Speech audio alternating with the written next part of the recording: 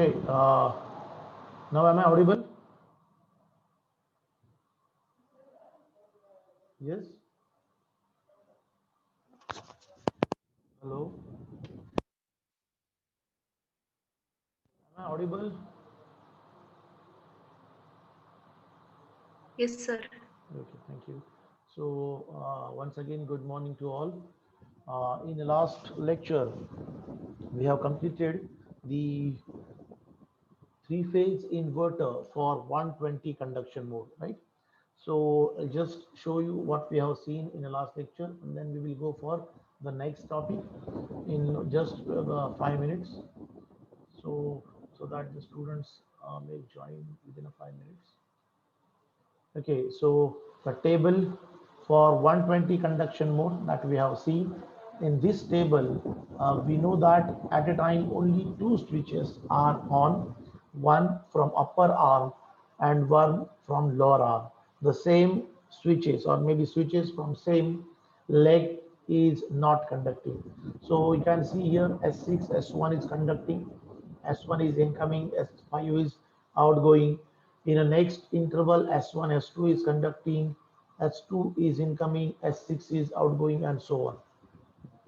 So equivalent diagram of that already we have seen. This is the gate pulses. You can see here the gate pulse for S1 is turns on, then it remains for 120, then after 60 degree S2 turns on, it remains on for 120, after again 60 S3 turns on, it remains for 120, then S4 on after 60 degree and so on. So the on interval of or the pair of switches on for 60 degree, after every 60 degree the one switch that is conducting already conducting is turns off and new switch enter into the circuit. So these are the gate pulses, then these are the line voltages EAN, EVN and ECN. These are calculated. These are the phase voltage EAB, BC and CA. Whatever the theory or figures explain in front of you, this is for half cycle for up to the 180. Remaining half cycle, the same will be repeated. That is not shown here in a figure, but it will repeat it. So equivalent circuit you can see here, one terminal that is in interval first, C is not connected, only A and B is connected with the supply voltage. So A is positive, B is negative. Your current start from EDC through RA up to the EN, and from current EN to EDC. So RB is minus. So you can see here EAN equal to EDC by 2 and EBN equal to minus EDC by 2, ECN equal to 0, right? Similarly, second interval and third interval. So this is the 120 conduction mode. So in theory examination, if it conducts by university, then 120 or 180, there will be a definitely one question on these two or maybe a type of three-phase inverter for 120 and for 180 conduction mode. Okay, so 120 conduction mode or 180 conduction mode, out of these two, one definitely will be asked in examination. So this is a most important. Then one more thing is important, that is PWM inverter, that we will see in the next topic. But till now, if you are having any doubt, you can ask me. Okay, otherwise I will go for the next. Just any doubt you can ask me.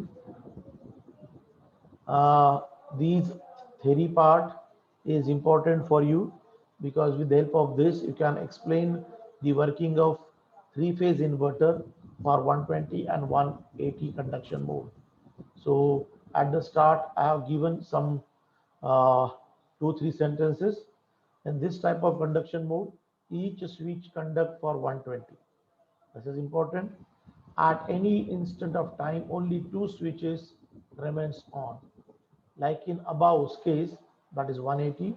Here also gate pulses indicate the conduction period of each switch. In this case also 6 communication per cycles are required. So again here also 6 cycles per half cycle that is required. The getting signals and various voltage waveform that is shown. In the figure, one period of inverter operation has been divided into 6 interval. The firing sequence of 6 switches is prepared as shown in table. Like 180 conduction mode, 120 mode inverter also required 6 steps. Each step of 60 duration for completing one cycle of input, cycle of output AC voltage. So this is the theory part. Then this is operation table. Then these are the gate pulses, line voltage, phase voltage. Then these are the important points that we have to learn. And then equivalent circuit. Draw the equivalent circuit, and with the help of equivalent circuit, you can explain the what are the levels for interval 1, interval 2, interval 3, and so on. So this is about the 120 conduction mode with 3-phase inverter. Now, next part, that is the need of PWM inverter. Before to see the inverter, PWM inverter, just discuss about the previous topics what we have covered. In every topic, we know that the inverters, that is industrial inverter basically, are designed and even given for your syllabus that the fixed frequency to variable frequency conversion is required in industry for driving the AC drives, right? To control the speed of AC drives, we required variable frequency as an input. So variable frequency is obtained with the help of inverter. It means that whatever 50 Hz frequency signal that is given to the converter converts that into the DC, and then again by using AC inverter, that is DC to AC inverter, we can have variable frequency with a fixed output voltage.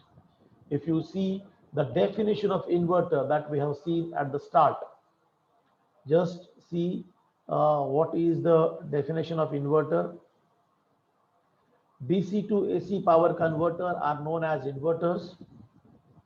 In other words, an inverter is a circuit which converts a DC power into a AC power at desired output voltage and frequency. This is most important, right?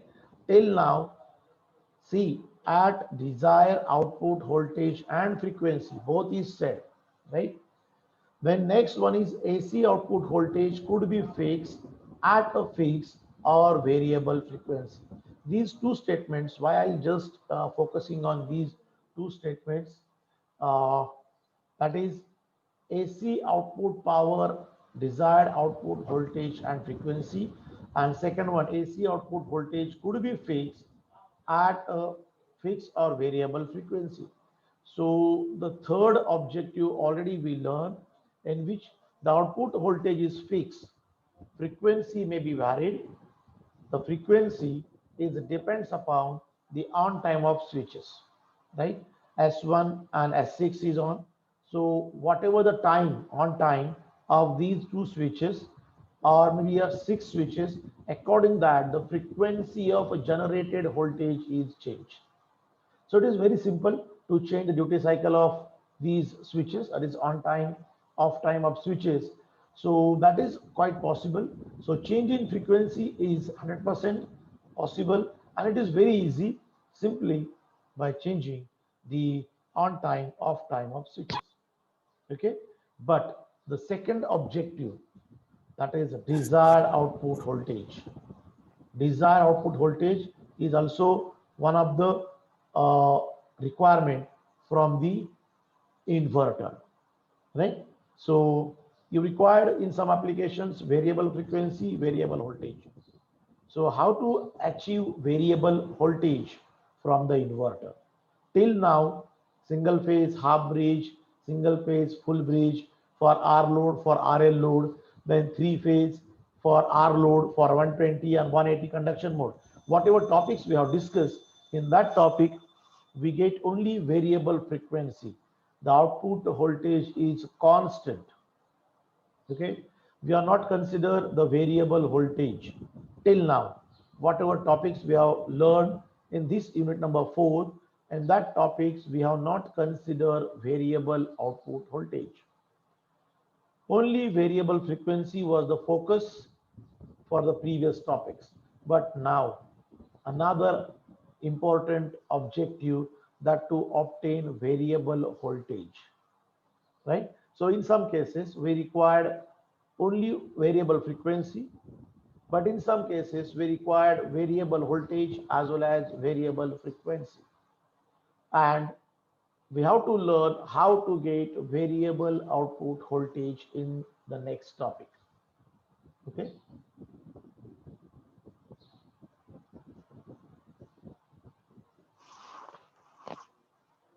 Right now, so there are basically various methods to get the variable output voltage, right? So I'll just show you voltage control of single phase inverter. Okay, voltage control of single phase inverter, voltage control of 3-phase inverter, what it may be. In many industrial application, it is often required to vary output voltage of inverter due to the following reasons. See, whatever reasons for which we require variable voltage. First one, to compensate for the variation in the input voltage, to compensate for the regulation of inverter, to supply some special load which need variation of voltage with a frequency such as induction motor. See, the first one, to compensate for the variation in the input voltage. This is one of the case, because we know that the input to the inverter is DC, but we are not getting this DC from batteries, so we are getting this DC from converter, so which is always variable. So to compensate this input voltage, we required some kind of AC voltage, maybe should be AC voltage, output voltage should be variable. You might have learned the input offset voltage, output offset voltage, input by input offset current, and so on. These terms you already learned in OPAN, right? So input offset voltage means if inputs are grounded, right, and that time your output should be zero, but sometimes the output is not equal to zero, so we have to add some voltage to the one of the input terminals so that the output voltage should be zero, and that voltage is called as input offset voltage. Similarly, to compensate the input voltage, whatever change in input voltage, we required a variable output voltage of inverter. Second, compensate for regulation of inverter. Sometimes we required output voltage of an inverter, maybe constant, some value maybe changes or increase or decrease. So we required such type operations in stabilizers, right? So again, output voltage, variable output voltage is required. And last one, that is the most important, to supply some special load which needs variation of voltage with a frequency such as induction motor. So there are various schemes, various methods for voltage control, output control, voltage of inverter. First one, external control of AC output voltage, then external control of DC input voltage, and this is most important, internal control of inverter. Okay, these two are not a part of your syllabus, but just to know how the output of inverter is controlled or changed by using external control, that is AC output voltage, and external control of DC input voltage. So these two terms we will see first, and then we'll see internal control of inverter. Okay, so there are three methods. First one, external control of AC output voltage. Second, external control of DC input voltage. And third one, internal control of inverter, right? So we'll see first one. The first two methods require the use of peripheral components, whereas the third method required no peripheral components. This is the advantage of third method, and this is most important advantage because first two methods required some external components, some external peripheral components to control the output of inverter. Okay, so we'll see first one, external control of AC output voltage. See the block diagram. DC constant, that is we get from battery or we get from converted DC using converters, then filter, somewhat kind of regulators, and then whatever DC we are getting, that DC is applied to the inverter, right? So DC to AC inverter converts that into the AC, not a pure AC, but it's a AC. Then AC voltage controller. Now I'll just ask you one question. What is the element learned till now used for AC voltage controller? In first 2-3 units, already we learned some components or some topics in which AC voltage controller is learned. So this is a question to the students. Uh, just give the answer for this question. AC voltage controller. Which component, which circuit we learn in first 2-3 units, 1-2-3 units, in which this AC voltage controller already we have seen.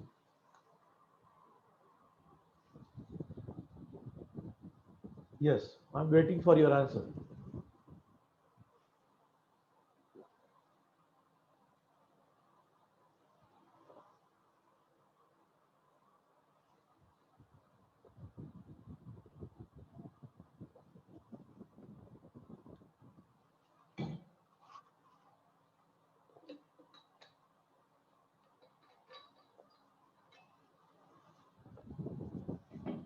Yes. No answer. Very good. I'm very happy that no one is responding. I don't know why you are not responding. Maybe because of you have not understand, or maybe you are not physically present for the lecture. Just you log in your Zoom uh, for lecture and doing something other work. So it might be happen. So I'll just give you one instruction. Everyone, give your attendance in the chat box in 1 minute. Then again, I will tell you at any instant to give your attendance because I just want to check how many students are physically present there. So give your attendance immediately in 1 minute, just 1 minute. After that, stop to give your attendance. This is just for checking how many students are physically present.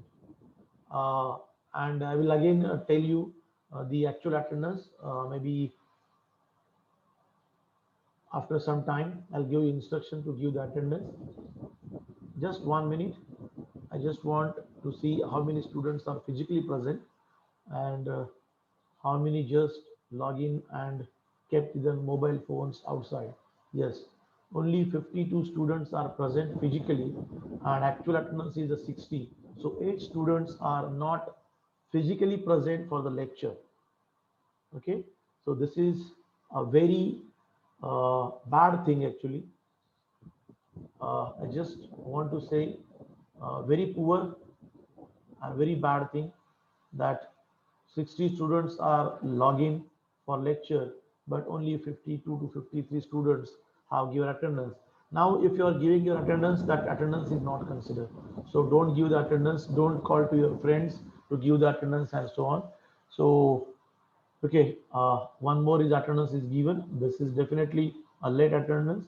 So this asset attendance is not considered. Shelke Sagar, you are giving attendance, but this attendance is not considered. Okay, no, Shelke Sagar, no. Last one, Navle Puja. Pranali Shirsagar, you are giving attendance maybe at the last. Maybe you are physically present or not, I don't know. If you are physically present there, then definitely, okay, Sopan Shinde is also giving attendance late. So it means that these students are not physically present for the lecture. When I told to the student to give attendance, then someone is called to his friends, her friends, and then they are giving attendance.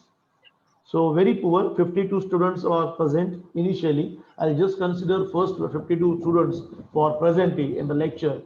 And out of that 52, again, I request you, anyone, just try to give the answer, which component we have seen, which is used for AC voltage controller. One component we have seen, that is SCR, that is used to control the DC voltage.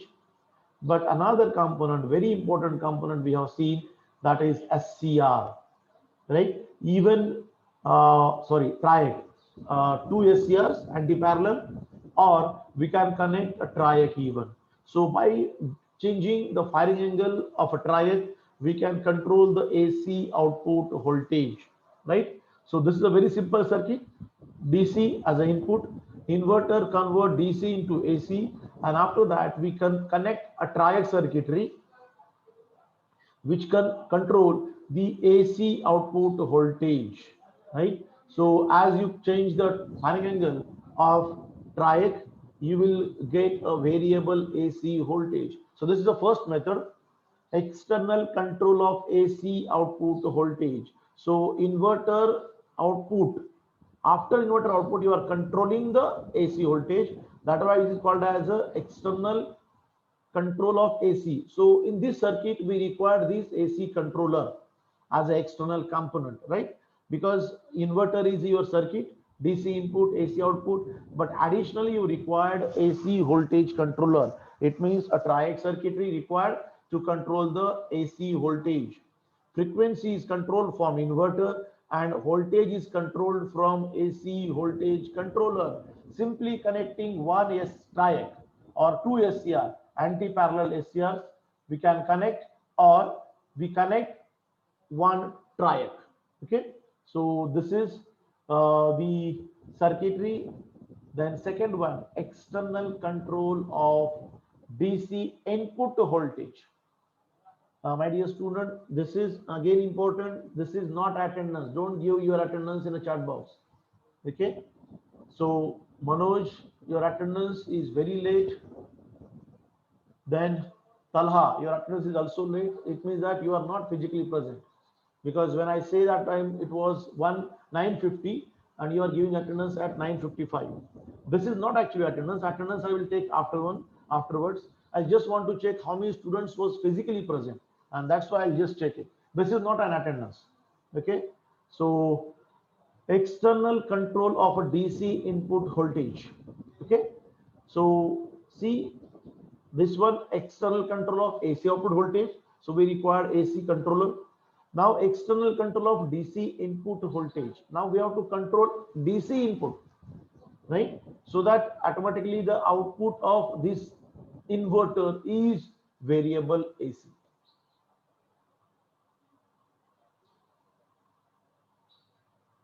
हाँ Deshmukh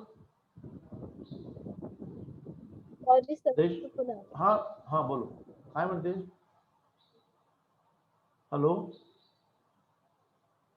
Deshmukh sir चुकून आलं बरोबर ठीक आहे this is external control of DC input voltage, right? Now in this circuit you can see here inverter is the last part. Here is the last part, right? And in this circuitry you can check inverter is the first part.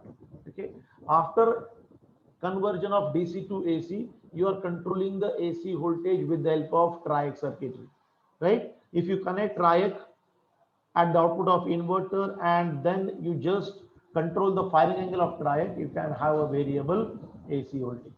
In this circuitry, you can check here constant AC, from line voltage. Then fully controlled converter, so it is convert AC to DC, right? Then filter converts DC to pure DC, right? Now, in this particular circuitry, it's a fully controlled converter, right? So, whatever the DC we are applying to the input of inverter, you can control here. Already we have learned the converter, control converter, right? Control converters already we learned, in which the angle, firing angle of SCR, if you control, if you change, you can have a variable DC. Okay, so constant AC to variable DC, because the fully controlled converter, it is not uncontrolled converter, huh? It is fully controlled converter. So in this fully controlled converter, we can have maybe a variable DC, as already we know that the firing angle of SCR increases, the output voltage decreases. If firing angle decreases, the output voltage increases, which is DC, right? Then after filtering, this variable DC, the input to the inverter is itself a variable DC. If input is variable DC, definitely the output is also variable DC, right? So as input is variable DC, output is also variable DC. If input is constant, output is constant. Even frequency depends upon the switching time. So output of inverter is variable frequency and variable voltage is possible. As your input voltage is variable, the output voltage is also variable. So this is another method called external control of DC input. Then next one is second circuit. You can check here, AC input. Now this is uncontrolled rectifier. Uncontrolled, it means AC to DC, but the fixed DC. The output is fixed DC. Now there will be a circuitry called as a chopper. Chopper is a circuit which converts fixed DC to variable DC. Normally these circuits are used in electric vehicles because the battery voltage is fixed voltage, but you require a variable DC. So chopper is a circuit that is DC to DC, or you can say fixed DC to variable DC, right? So AC to DC, uncontrolled rectifier, so output is constant DC. Now this constant DC to variable DC, after filtering, this variable DC applied to the input to the inverter, so output is also variable frequency and variable voltage, right? Then next one, this is a fixed AC to variable AC, that is called as AC controller. So triac circuitry is connected here. Then variable AC, then uncontrolled rectifier. If the input is variable, then output of this controller or rectifier is also variable DC. This, after filtering, input is applied to the variable DC to the input of inverter. So output is also variable frequency, variable voltage, right? In this third circuit, the input fixed AC to variable EC is converted. This variable EC applied to the uncontrolled rectifier. So output of this circuit is variable DC. After filtering, a variable DC applied to the input to the inverter, so that you will get a variable frequency, variable voltage. And last one, constant DC to chopper, then filter, and then inverter. Chopper convert constant DC to variable DC, and then this variable DC after filtering apply to the input to the inverter. So inverter gives variable frequency, variable voltage. So these are the 5 circuits I explain you. These external voltage control will not be asked in examination, but you should know that what is external control of DC or AC output voltage of inverter. How to control, how to change, how to get variable output voltage of inverter. So there are 3 methods. First, external control of AC output voltage. Second, external control of DC input voltage. And third one, internal control of inverter. In these 2 above techniques, we require some external components, external circuitry, external periphery. But in third case, we don't require anything. without any external component, without any external circuit, we get the variable output voltage. We get the variable output voltage, right? So this is the most important and advantageous technique called as internal control of inverter. Okay, internal control of inverter. So now we will move for the next one, internal control of inverter. How to get internal control, that we will see here with the help of PWM inverter. Basically, PWM inverter is a circuit uh, which is used to get the variable output voltage without any external circuit, without any external peripheral. You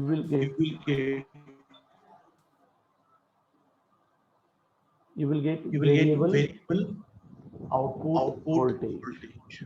Okay, so this is advantageous.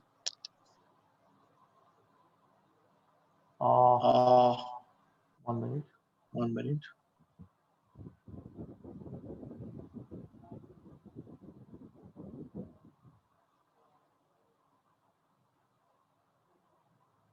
Okay.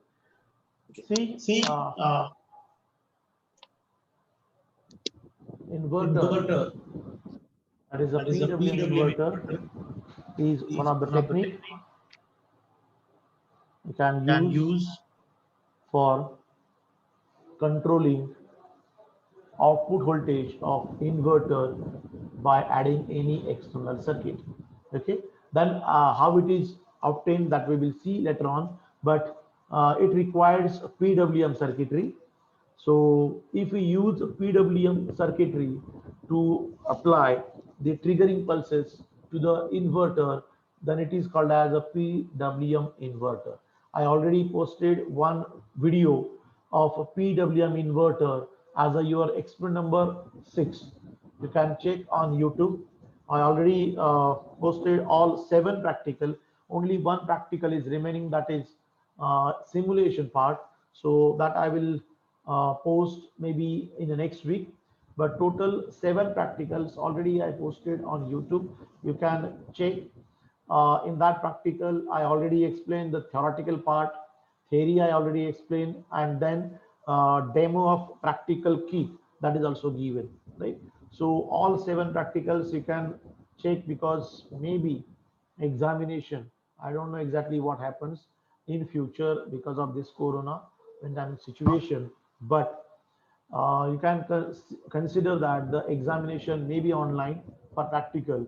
So for that purpose, you should know what is the practical. Already total 7 practicals I already posted on YouTube, and even the channel link already shared with you on your WhatsApp group. So you can see only 15 minutes, 10 to 15 minutes practical required to see the practicals. So in that practical, this PWM inverter practical is also one of the practical. And uh, why it is called as a PWM inverter? It is again a same inverter as like your single phase inverter. But additionally, whatever the gating pulses applied, that is a triggering circuit used to turn on and turn off the switches, it is a PWM inverter. Or maybe a PWM circuit is used to turn on and turn off the switches. So simply triggering circuit is PWM circuit, and that's why this inverter is called as a PWM inverter. Now check, the square wave inverters suffer from 2 major drawbacks. The first one, the output voltage of the inverter cannot be controlled for a fixed source voltage.